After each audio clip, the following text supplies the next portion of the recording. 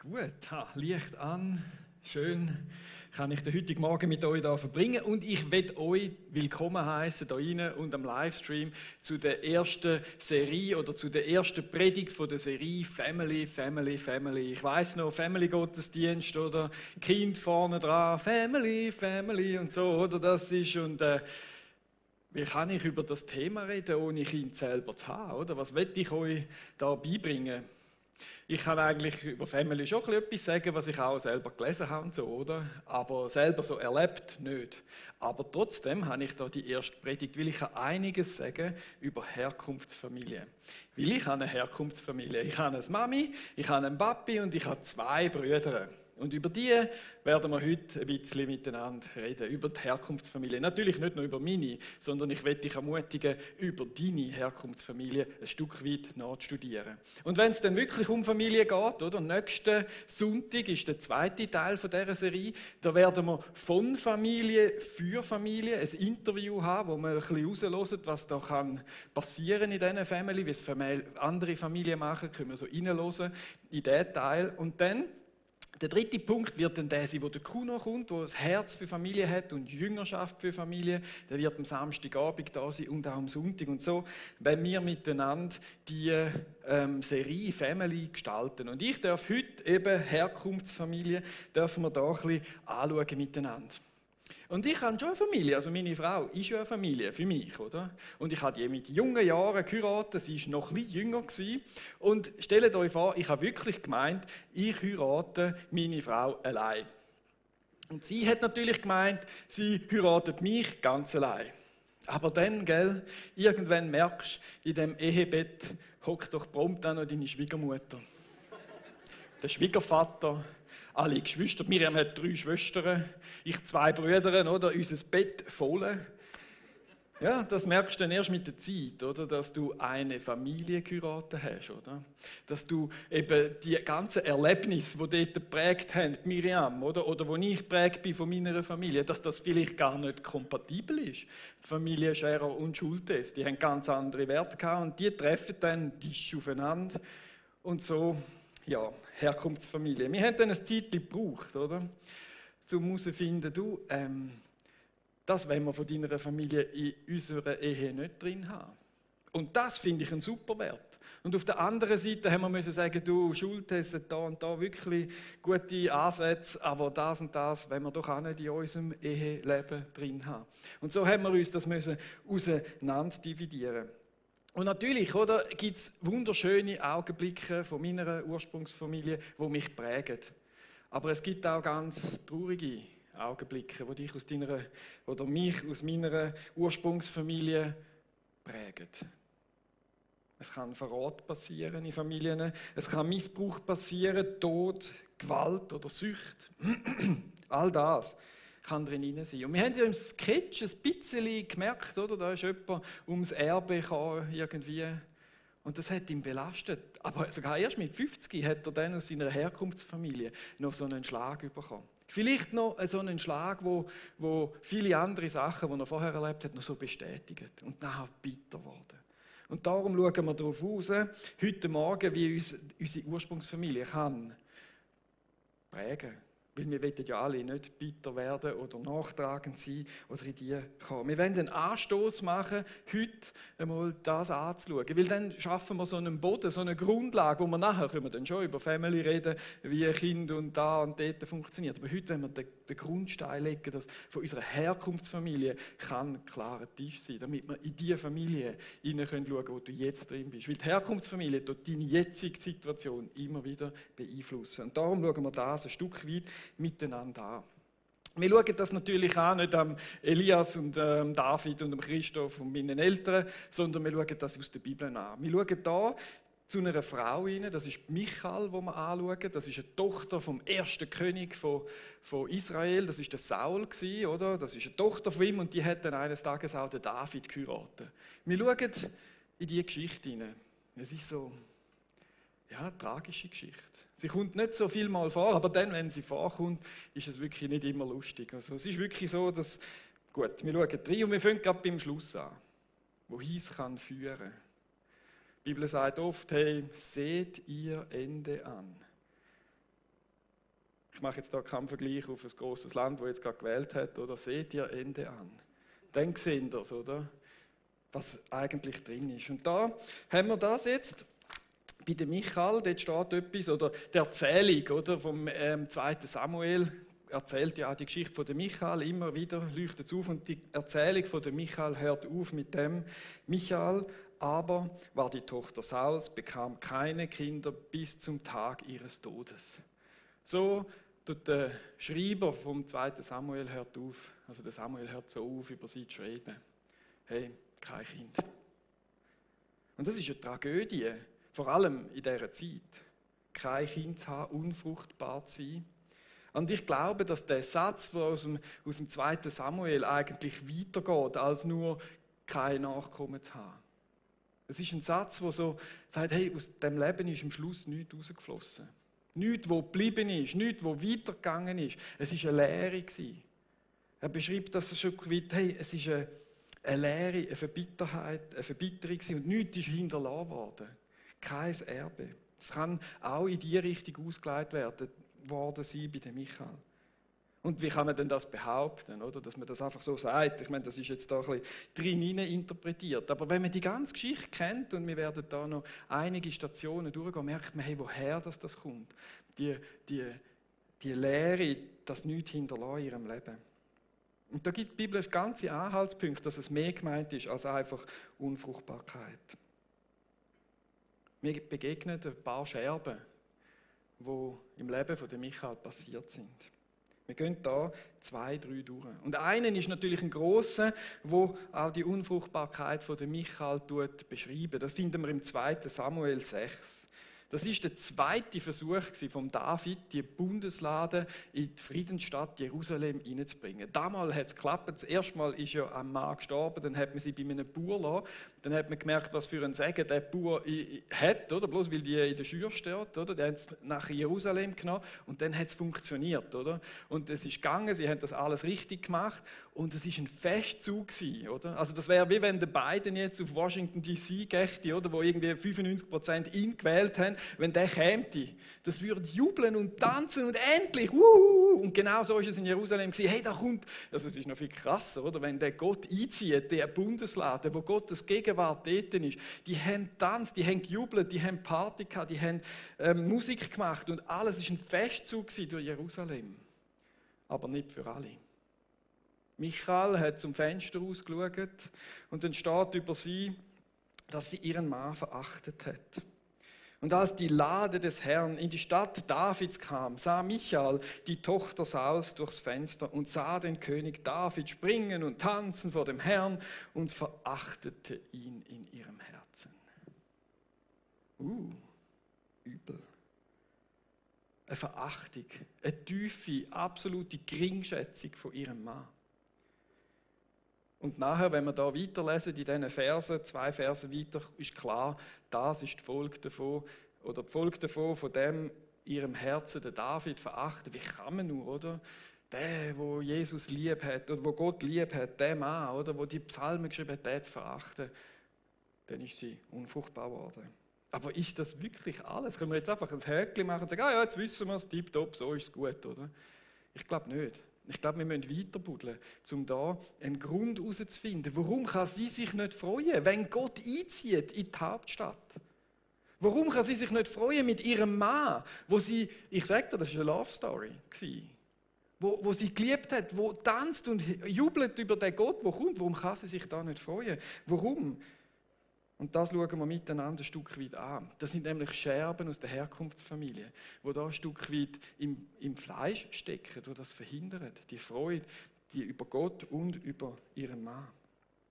Und da schauen wir rein in die tragische Geschichte. 1. Samuel 18, Vers 20 beschreibt das 13-jährige, vielleicht 15-jährige Mädchen Michael, wo sich verliebt in David. Und ich habe bei verschiedenen, wie sagt man dem, Kommentaren nachgelesen und ich glaube, es ist das einzige Mal, wo das vorkommt in der Bibel, dass sich eine Frau verliebt.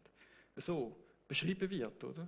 Das ist Michal. Was für eine coole Story. Sie verliebt sich in David. Natürlich, David ist ein cooler Typ, oder? Der hat den Goliath geschlagen, er hat ein Heer aufgestellt und immer gesiegt und so. Wahrscheinlich hat sich halb Israel, die 13-jährige Mädchen, in ihn verliebt, oder? Aber Michal steht explizit drin, oder? Er war ein Star gewesen, und sie hat sich in ihn verliebt. Und dachte, wenn ich den Mann noch rüberkomme, wenn der nur schon an mir vorbeireitet, oder?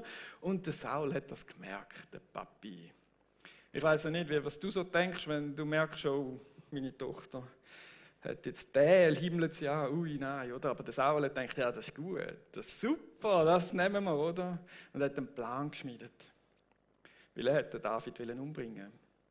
Er hat gesagt, die Liebe von der Michal, die nutze ich aus. Ich gebe sie ihm zur Frau, aber er muss 100 Philister töten. Oder? Und der Plan dahinter, das ist simpel, oder? Von 100 Philister wird sicher einer stärker sein wie der David und gibt ihm's. Dann stirbt er. Dann kann ich wieder den Saul, die ganze Ehe und die ganze schöne Zeit haben in Israel.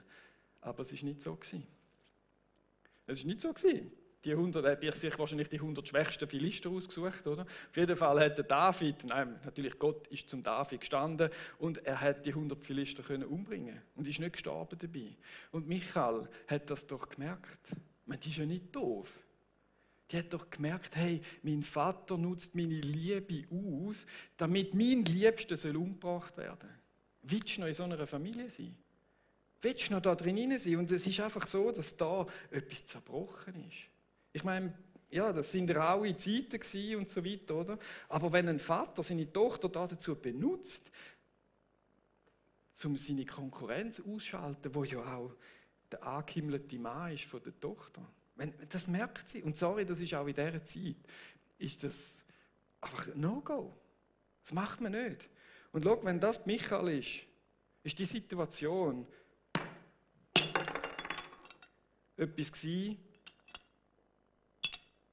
wo Scherben hinterlassen hat. Etwas ist zerbrochen in dem Michael. Durch das Erlebnis da drin. Und von dem haben wir noch viel mehr, oder? Weil der Saul hat sie ja nicht aufgegeben mit dem David umbringen. Das war ja dann ihr Mann gewesen.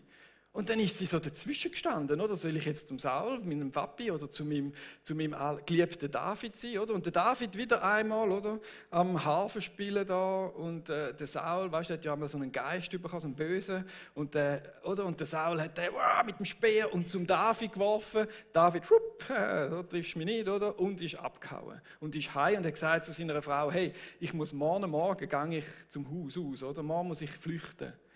Und der Saul hat gecheckt, schau, der wird flüchten, ist ganz klar, oder? Also umstellen wir sein Haus und sobald er rauskommt, bringen wir ihn um. Und Michael hat das gewusst. Und hat den David gewarnt, hat ihn gerettet, hat ihn so am Seil oder, aus dem Fenster rausgelassen und dann hat der David flüchten. Dann sind die Soldaten gekommen, nachher hat Michael gelogen und ja, weißt, der David hat mich bedroht, sonst hätte ich es nicht gemacht und so. Er hat sich irgendwie rauslügen. Ich meine, schau mal, wie sie zwischen diesen zwei Fronten drin steht. Und wieder ist der Vater, wo ihren Mann, wo sie liebt, will umbringen. Und schon wieder ist etwas aus der Herkunftsfamilie kaputt gegangen. So. Schon wieder ist etwas verbrochen. Schon wieder sind Scherben da gewesen. Aber die Geschichte geht ja noch weiter. Weil der David auf der Flucht, weit weg, nicht mehr daheim. Was macht der Saul? Michael, komm mal daher, du, ich habe einen neuen Mann für dich. Der hat einen guten Brutpreis gezahlt.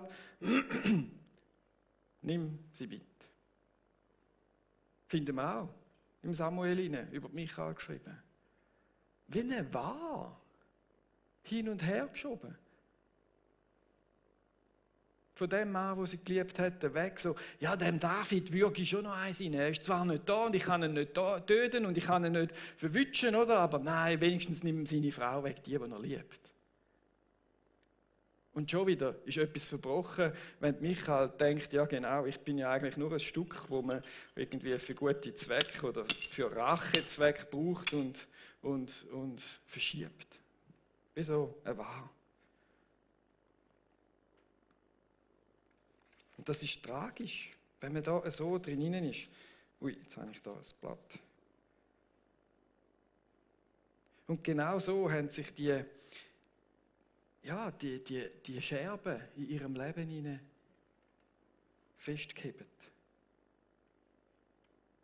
Und dann das letzte Mal, wo sie nochmal etwas erlebt hat, wo die Bibel über Michael schreibt, ist dort wo, ich meine, es ist dann wirklich lang gegangen, bis der David dann König geworden ist. Und hat König sein können. Und über ganz Israel. Und dann hat er gesagt, weißt du was, ich hole mir meine Frau wieder zurück. Und dann hat er gesagt, so, bringt mir meine Frau wieder. Die haben sie ihm dann auch gebracht. Und sie ist eingereiht worden in ein Harem. Ich meine, sorry, endlich kannst du wieder zu deinem Mann zurück, oder? Und dann ist es ein herzliches Wiedersehen. Ja, schön, du kannst da bei den anderen Frauen von mir auch noch sein. So jemand eine von vielen. Und so, also, wenn du die Geschichte mal so ein bisschen auseinander nimmst, das Lebensbild anschaust, das tut mir im Herz weh, was die Frau erlebt hat. Und wie viel Mal das etwas zerbrochen ist in ihrem Leben drin. Durch das, was ihrem Mann oder ihren Vater oder die ganze Familie da reingebracht haben. Scherben über Scherben in dem Leben hinein. Natürlich, das sind nur so einzelne Spots, oder? Zwischen ihnen ist es vielleicht gut gegangen. Aber das sind so Scherben, die im Herz drin sind, die zerbrechen, die drin sind. Und langsam kann ich mir vorstellen, warum sie ihren Mann verachtet. Warum sie sich nicht mehr so freuen kann, wenn dann Gott kommt. Vielleicht ist es ja auch ein bisschen so, hey, warum hat Gott das zulassen in meinem Leben? Vielleicht sind so Fragen bei ihr aufgekommen. Und wisst ihr, auch dass sie zwischen diesen zwei Häusern gestanden ist, zwischen dem Haus Saul und dem Haus David, oder? Und sie dort gelogen hat und alles, Und darum hat sie ihren Mann verachtet. Und wenn jemand verachtet, das ganz tiefe Geringschätzen vom anderen, wenn ich dich verachte, dann schätze ich dich für nichts. Sagen einige Psychologen, kommt eigentlich daraus heraus, dass du dich selber geringschätzt, dass du eigentlich eine Selbstverachtung hast. Und zum Schutz, dass andere dich nicht auch noch verachten können, verachtest du grundsätzlich den anderen und erhebst dich über ihn. Und das schreiben sie so da, so einige Psychologen, das habe ich so gefunden. Hinter Verachtung können sich große Selbstunsicherheit, Selbstabwertung verbergen. Um sich vor einer möglichen Abwertung zu schützen, begegnet man dem anderen von weg schon gleich mit Verachtung. Und das finde ich, hat bei der Michael der eine Teil, weißt du so, dass sie nicht gut von sich denkt. Ich bin ja nur ein Warm, ich schiebe mich hin und her. Ja, ich habe gelogen dort und gemacht und der David hat mich auch einfach zurückgelassen und. Und da kommt eine eigene Verachtung. Und durch all das, was passiert ist, fühlt sie sich unwert und verachtet. Und das schlussendlich führt, wenn man dabei bleibt, zu einem Leben, das unfruchtbar endet, in ihrem Fall jetzt. Aber das heisst ja nicht, dass sie nicht hätte können, Frucht bringen. Sie war eine Königstochter, die war sicher hübsch und intelligent.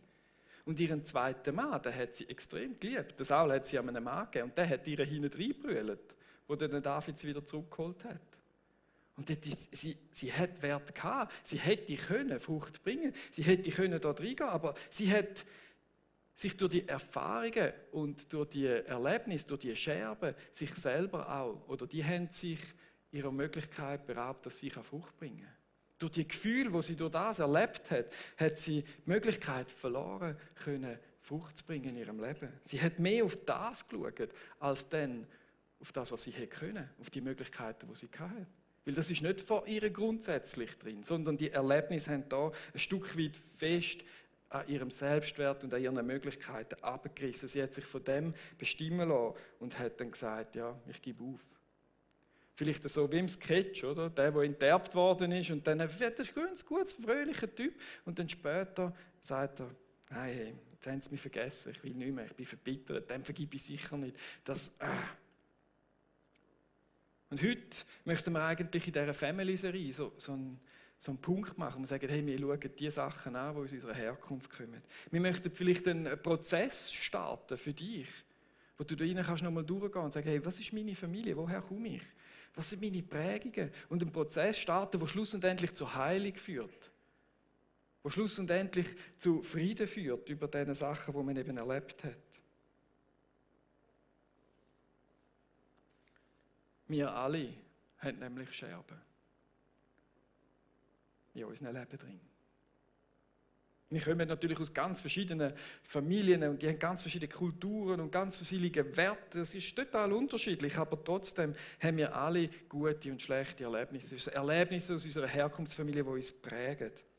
Und Michael hat sich aufgrund von diesen Erlebnissen in Bitterkeit ziehen lassen, oder in die Richtung oder Tendenz entwickelt. Und Lebensbilder sind ja genau da, oder? Wenn man so ganz Lebensbilder anschaut in der Bibel, also nur Sachen von einer Person zusammennimmt und überlegt, was ist das für die sind dazu da, dass man lernen von denen. Entweder als Vorbild oder als Mahnung. Für das sind die geschrieben. Darum ist die Bibel so ehrlich, auch gerade bei der Michael, dass man daraus etwas nehmen kann. Und sie hat die Kurve fast nicht geschafft, wegen diesen Familienscherben, die sie hatte. Oder hat es nicht geschafft, so wie es da steht, oder? Und viele, die ich gesehen habe, schaffen die Kurve nicht. Aber wir wollen heute Morgen einen Prozess starten und sagen, ja, und ich schaue die Scherben an und ich will die Kurve kriegen. Und ich kann euch sagen, ich bin hartnäckig. Ich habe also Leute schon in die Seelsorge, wie sagt man dem? Sehr stark motiviert. Das heisst, ich habe die ersten 5 Sitzungen gezahlt. Und das heisst, ich habe sie hingefahren. Und ich habe gesagt, es gibt keine Ausrede, du gehst mir jetzt. Weil es war natürlich jemand, der mir näher war, wo ich mir auch das auch erlauben konnte. Ich will jetzt nicht bei jedem gerade sagen, so, du jetzt, oder? Aber ich habe die Geschichte gekannt. Seine Frau hat mit mir geredet und gesagt, da muss etwas gehen. Und ich kenne den ja. Da habe ich ihn genommen und gesagt, so, da ist die Adresse, ich fahre dich her und ich zahle das. Weil wir müssen so einen Prozess starten, weil unsere Herkunftsfamilie darf doch nicht länger unser Jetzt prägen. Im Schlechten. Wir wollen da aufräumen. Und als erster Punkt ist, wir stehen zu unseren Scherben. Wir stehen zu unseren Scherben. Ich kenne genug Leute, die einfach super sind, wenn es um Ausreden geht. Ja, mir geht's gut. Ja, meine Eltern, ja, die haben schon Fehler gemacht, aber die haben es gut gemeint und so. Nein, alles tipptopp, super Sache. Ja, nein, brauche ich nicht. Nein, meine Herkunft wäre super gewesen. Nein, ist ganz gut. Nein, muss ich nicht heranschauen. Ich habe das nicht nötig. Das ist für Schwächlinge da, so drüber nachreden und so. Ich habe da meine eigenen. Nein, das sind vielleicht Männer mehr, oder, die da so reden. Aber ich kenne halt nur die, bei der Frau ist es vielleicht. Genau, wir tun es. Aber verstehen, was ich meine, oder? Wenn das verborgen bleibt, dann bleibt es auch. Es bleibt, es ist nicht ums Verborgen. Aus den Augen, aus dem Sinn, sondern das ist eine kurzfristige Lösung, wenn man sich so verbuddelt oder so in dich hinein tut. Ihr mögt vielleicht euch an meine Predigt von Krisen zu erinnern. Und ich habe dort gesagt, wir sind alles Tomituben. Mögt ihr euch noch erinnern, die Tomituben, oder? Wo ich mir sogar da drauf gekleckert habe, oder? Der Lacher vom Jahr, oder? Und wir sind das alles. Und was drin ist, kommt raus. Es ist immer so. Und wenn Scherben dort drin sind, aus deiner Herkunft, dann kommen die raus. Und Scherben verletzen. Entweder dich oder wer? Ja, die dir am nächsten sind. Und das Problem ist, die Familie ist dir am nächsten. Du verletzt immer die dir am nächsten sind. Dein Arbeitskollege, oder, der ist näher, deine Frau ist näher, deine Kinder sind näher und du verletzt die mit diesen Scherben. Natürlich, es gibt auch die guten Erlebnisse. Ich will es jetzt nicht nur so, aber es kommt raus, was drin ist. Und ich meine, sorry, wenn wir noch einen Tag länger leben, wo uns die Scherben verletzen oder nicht, es ist doch nicht wert. Es ist doch nicht wert, das wieder zu verdrängen und zu warten, bis nächstes Mal genug Druck drauf kommt und dann kommt es wieder raus und dann, nein, ich habe nicht wieder gesagt, was ich nicht sagen wollte und Wenn man die Scherben verbuddelt, dann verhindert das eigentlich, die Nächsten zu lieben. Und das steht auch über dieser Serie. Family-Serie, liebe deinen Nächsten, deine Frau, deine Kinder, deine Schwiegereltern, deine Eltern. Und wenn wir uns verstecken oder wenn man die verbuddelt, dann fördert das, dass man auch sich selber verachtet. Das geht ein bisschen mit her. Oder das habe ich schon wieder gemacht. Dort ist etwas rausgekommen, und das prägt dich und du weißt vielleicht auch nicht, woher und warum du immer so reagierst. Und darum ist es eben gut, herzuschauen. Ist es eben gut, richtig zu gehen. Und das Resultat schlussendlich ist so eine Neigung, vielleicht auch aufs Alter, zur Verbitterung. So ein Aufgeben. Und dann reden wir von Unfruchtbarkeit. Dein Leben nicht das bringt, oder wo du nicht aus das Gute, was du könntest geben, wo verhindert wird, ein Stück weit. Und gell, das ist der Grund, warum ich ein Buch geschrieben habe. Ja, das ist unten da, he? Das Büchli. Hey, kein Sprüch. Das ist ein Büchli, hey. Weißt du, was da drin steht? Alle Verletzungen. Von meinem Papi, von meiner Mami, von meinen Brüdern. Ich habe alles aufgeschrieben. Weil ich nicht mehr will, mein Verbuddeln in mir drin. Von mir sollen nie mehr Scherben rauskommen. Ich habe mich entschieden. Weil ich nämlich, wenn ich dazu stand, dann kann ich mich entscheiden, was mit dem passiert. Dann kann ich sagen, und ich trage es meinem Vater immer noch nach. Ich kann mich das entscheiden, ich bin ein freier Mann. Du bist eine freie Frau, du kannst entscheiden, was mit deinen Scherben ist. Aber hören wir auf, das zu verbuddeln. Kommt, schreibt es auf. Und ich habe alles schön aufgeschrieben. Ich kann genau sagen, mein Vater, da, meine Mutter, da. Und ich kann sagen, ja, mein Vater, meine Mutter haben mich irgendwie zu wenig. Was habe ich aufgeschrieben? Überfordert. Ich kann nie genügen. Nie. Ist einfach so. Sie sind lieb gewesen, aber das, muss ich sagen, haben sie nicht hingekriegt. Und das hat mich verletzt und ich habe bis heute Mühe mit dem. Bam. Aber ich habe es aufgeschrieben und ich kann mich entscheiden, was mit dem soll sein. Ich habe gesagt, und. Aufgeschrieben. Das, ich habe nie genügen. Mir hat mich überfordert. Meine Brüder haben mich verletzt. Ich bin natürlich der Jüngste gewesen, der hat mich immer ein bisschen unterdrücken und ein bisschen auf dem, oder? Und ich habe das aufgeschrieben und hören wir auf, das zu verbuddeln. Wir schreiben es auf und dann können wir entscheiden, was wir mit diesen Sachen machen wollen. Wir können hingehen und sagen, so, jetzt habe ich ein Buch geschrieben über mich und das, was meine Familie mir tun hat. Und dann kann ich entscheiden. Ich trage es meinem Bruder noch nach. Ich trage es meinem Vater noch nach. Und ich habe mich entschieden, ich will es loslassen. Ich habe mich entschieden, ich will es loslassen. Ich habe gesagt, hey, es kann doch nicht sein, dass dieser Scherbe da verhindert, dass ich gute Gemeinschaft habe mit meinen Brüdern. Und schau, ich kann euch sagen, wir haben uns nie gesehen, wir haben jetzt überhaupt kein, wir haben vielleicht ein super Familienleben, aber wir haben kein gutes Familienleben gehabt. Mein Papa ist früh gestorben, dann ein bisschen später meine Mami und meine Brüder haben nie abgemacht, nie. Jeder hat sein Leben gelebt. Wegen wem? Wegen diesen Sachen. Und ich habe mich entschieden, ich lasse los. Und dann habe ich mir als Jahresziel vorgenommen, jeden Bruder einmal zu treffen im Jahr. Das erste Jahr gewesen. Und dann haben die das noch cool gefunden. Und dann haben wir gesagt, ja, alle 2 Monate. Und was macht eigentlich der David so? Ich habe mich vor 2 Monaten mit ihm getroffen. Oh, ja, können wir nicht zu dritten. Und dann habe ich das organisiert. Und jetzt ist es so, dass wir monatlich, jetzt mit Corona sind wir ein bisschen in Rückzug, aber wir haben uns monatlich, treffen wir uns jetzt wieder. Und das ist nur wegen dem, weil ich das Buch geschrieben habe. Und einer von meinen Brüdern auch. Und loslassen hat. Und loslassen hat. Und ich habe von diesem Buch da, sind es glaube ich etwa 8 Seiten. Gebetsliste Mutter, Brüder, Vater. Und ich habe ein Gebet aufgeschrieben, wo ich durchgebetet habe auf den Knien und gesagt, und ich vergebe meinem Papi. Ich vergebe meiner Mami. Ich will die Scherben nicht mehr in meinem Leben. Aus meiner Tomitube kommt nur noch feinste Mayonnaise mit Gewürzli und nicht mehr Scherben, die die Leute verletzen. Wenn wir nicht mehr haben, will ich nicht mehr. Und weißt du was? Ich formuliere ein Gebet, weil Gott ist ein super Zeuge für genau so Sachen. Gott ist ein super Zeuge, weil wenn du dann wieder mal einen Rückfall hast, es ist ja immer noch so, dass das manchmal schmerzt, dann erinnert er mich mit seinem Heiligen Geist, der in mir wohnt, und sagt, hey Elias, du hast dem vergeben. Ich weiß, aber jetzt kommt es einfach wieder. Jesus, nein, es geht nicht. Es regt mich auf. Weil weißt, wenn du vergeben tust, heisst das nicht, dass es einfach gut heiß ist. Überhaupt nicht. Der hat immer noch Mist gebaut. Ich habe mich einfach entschieden, ihm das nicht mehr nachzutragen. Der Mist wird durch das nicht kleiner. Es ist nicht das Akzeptieren, ja, so und so, oder? Sondern ich nehme es beim Namen, buddle es aus und sage, es ist scheiße gelaufen. Entschuldigung, es ist nicht gut gelaufen, hat mich verletzt und bam. Aber das heisst auch nicht, dass ich es ihm unter die Ohren heben muss. Jedes Mal, wenn ich ihn sehe. Sondern ich habe es ja dann vergeben.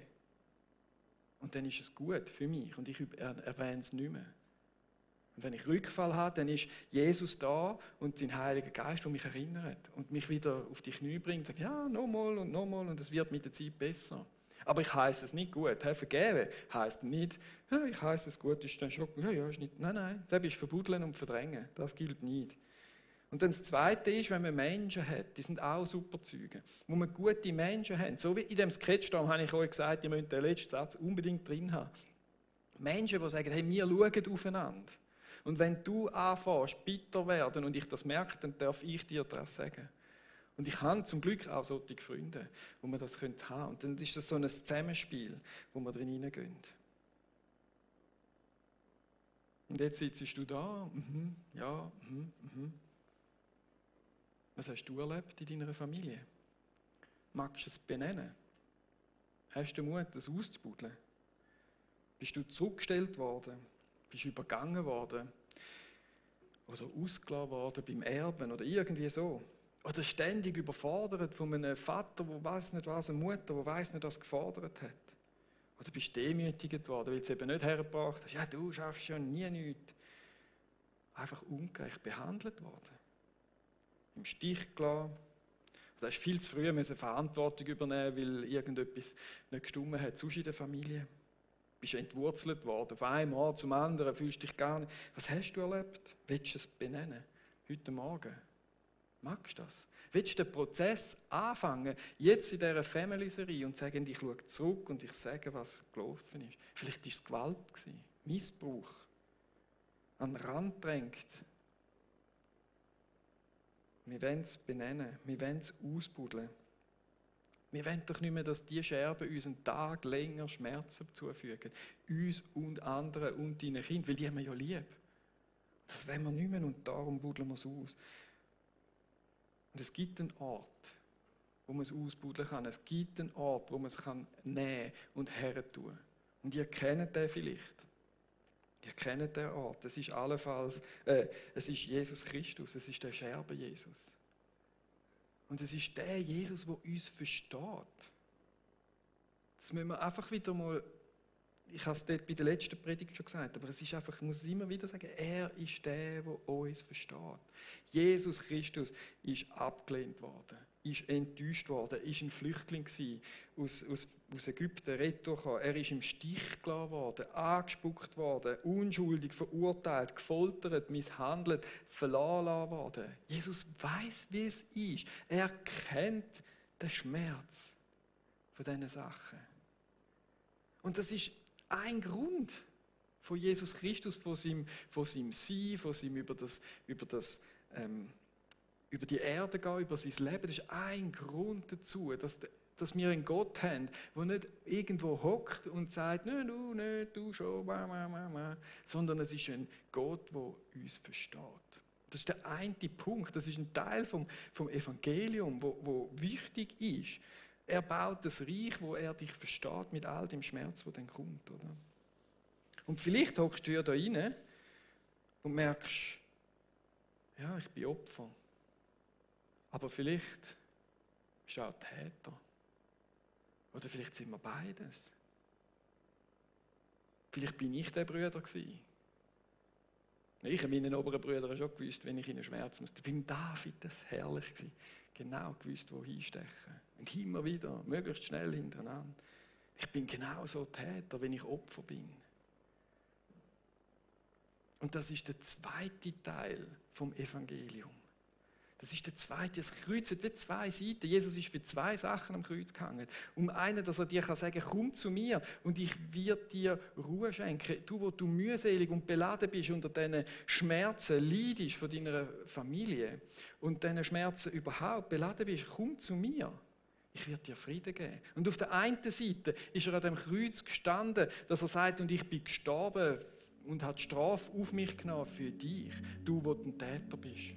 Und das finde ich so gewaltig. Es ist wie das Evangelium ist viel grösser, als wir uns manchmal so denken, so 4 Punkte, oder?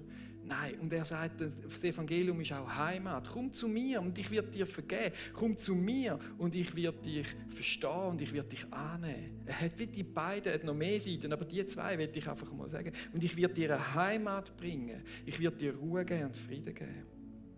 für eure Seele, oder? Kommt her zu mir alle, die ihr mühselig und beladen seid.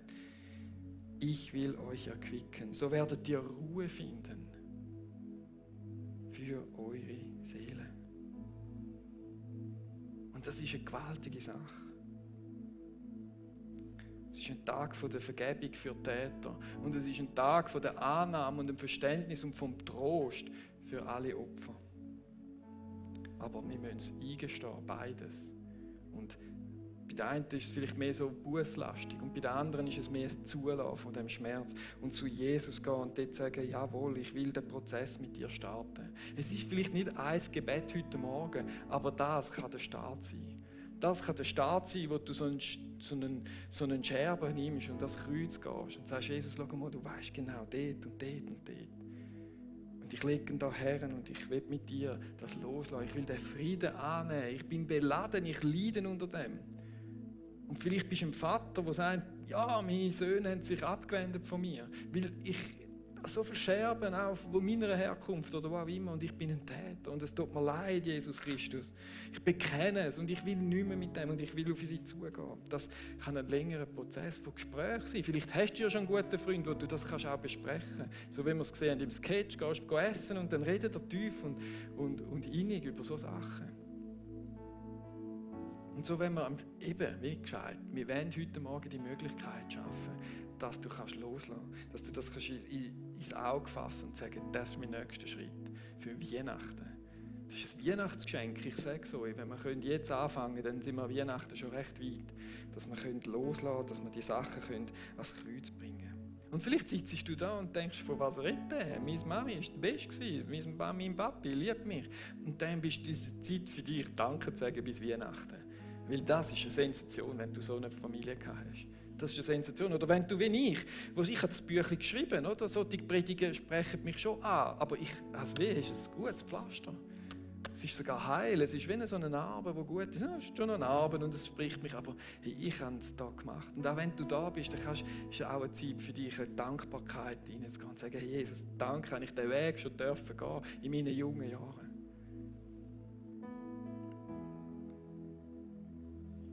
Ja, es ist jetzt die Möglichkeit, um da eine Scherben zu nehmen für die da sind und zu beten und am Kreuz das zu beten. Wir haben das Gebetsteam, das auch da in der Nähe ist, wo ihr könnt zu denen hingehen und die können auch für euch beten. Das machen sie fürs Leben gerne. Natürlich immer mit Corona-Abstand. Sie nehmen euch vielleicht raus an ein Tischchen, so.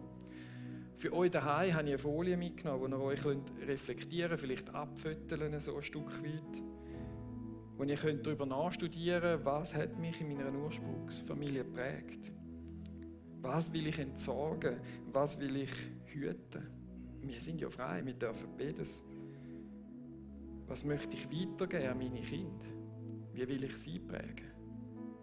Und ein Stück weit dort dann sagen, was mache ich denn als nächstes? Wenn ich meine Kinder so prägen will, wie verhalte ich mich dann? So als Aufgabe, vielleicht für diese Woche, für daheim, habe ich das mitgebracht. Und dann ist es so, wenn ihr so einen Scherben genommen habt und den Schritt zum Kreuz gemacht habt, hey, dann ist das Abendmahl da. Dann könnt ihr das Abendmahl nehmen und sagen, hey, für mich ist das Kreuz die Seite von, er versteht meinen Schmerz. Oder dann könnt ihr das Abendmahl nehmen und sagen, hey, das ist das Blut, das er vergossen hat. Ich als Täter in dem Sinn komme Vergebung über. Es ist so genial. Jesus, das Evangelium ist so gewaltig. Und so will ich euch ermutigen, das Abendmahl im einen oder im anderen Gedenken zu nehmen. Das, was ihr braucht. Das Evangelium ist so groß, dass wir eben auch einfach mal da ein Stückchen nehmen können. Das, was wir brauchen. Gott hat uns so lieb, dass er eben nicht einfach nur so sagt, sondern sagt, hey, das, was du heute Morgen brauchst du eine Annahme und Verständnis von deinem Schmerz, dann komm zu mir, ich will das tun. Und wenn du heute da bist und dein Herz pocht und sagst, hey, ich brauche Vergebung, ich will das eingestehen und ich will umkehren, dann ist das dran. Und wenn du einfach einen Jesus brauchst, der dich in den Arm nimmt und sagt, komm heim, ich schaffe Heimat für dich, dann ist das auch Evangelium. Und das Evangelium ist so viel grösser in der Bibel beschrieben, als wir denken. Und ich will euch ermutigen, da Action reinzubringen. Es ist schön, wenn wir es da verstehen und wenn es manchmal bis ins Herz rutscht. Aber cool ist, wenn es in Hände und Füße kommt. Und wenn du kannst sagen, ich habe den Scherben genommen an dem 8. November und ich bis zum Kreuz gegangen, weil dann hat der Heilige Geist noch viel mehr Möglichkeiten und kann dich an eine ganz genaue Situation erinnern, wo du das machen kannst. Jesus Christus, ich danke dir. Ich danke dir, dass dieses Evangelium so groß ist. Dass es für die Platz hat, wo Leiden schier zu Grund gehen. An diesen Verletzungen, wo auch immer sie herkommen.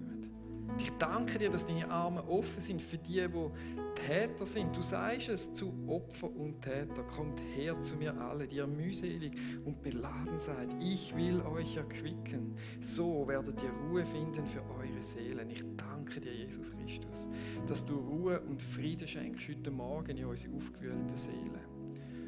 Und wenn es Angst ist oder irgendetwas, wo von dieser Corona-Zeit uns beschäftigt, auch das kann ein Scherben sein, das wir nehmen. Herr, gib uns durch deinen Heiligen Geist auch Fantasie, Herr, wo wir das brauchen, dein Kreuz können brauchen. Dein Leben, deine Tat, deine Annahme. Ich danke dir, Jesus Christus, dass du heute gross wirkst und mit uns durch den Morgen noch durch.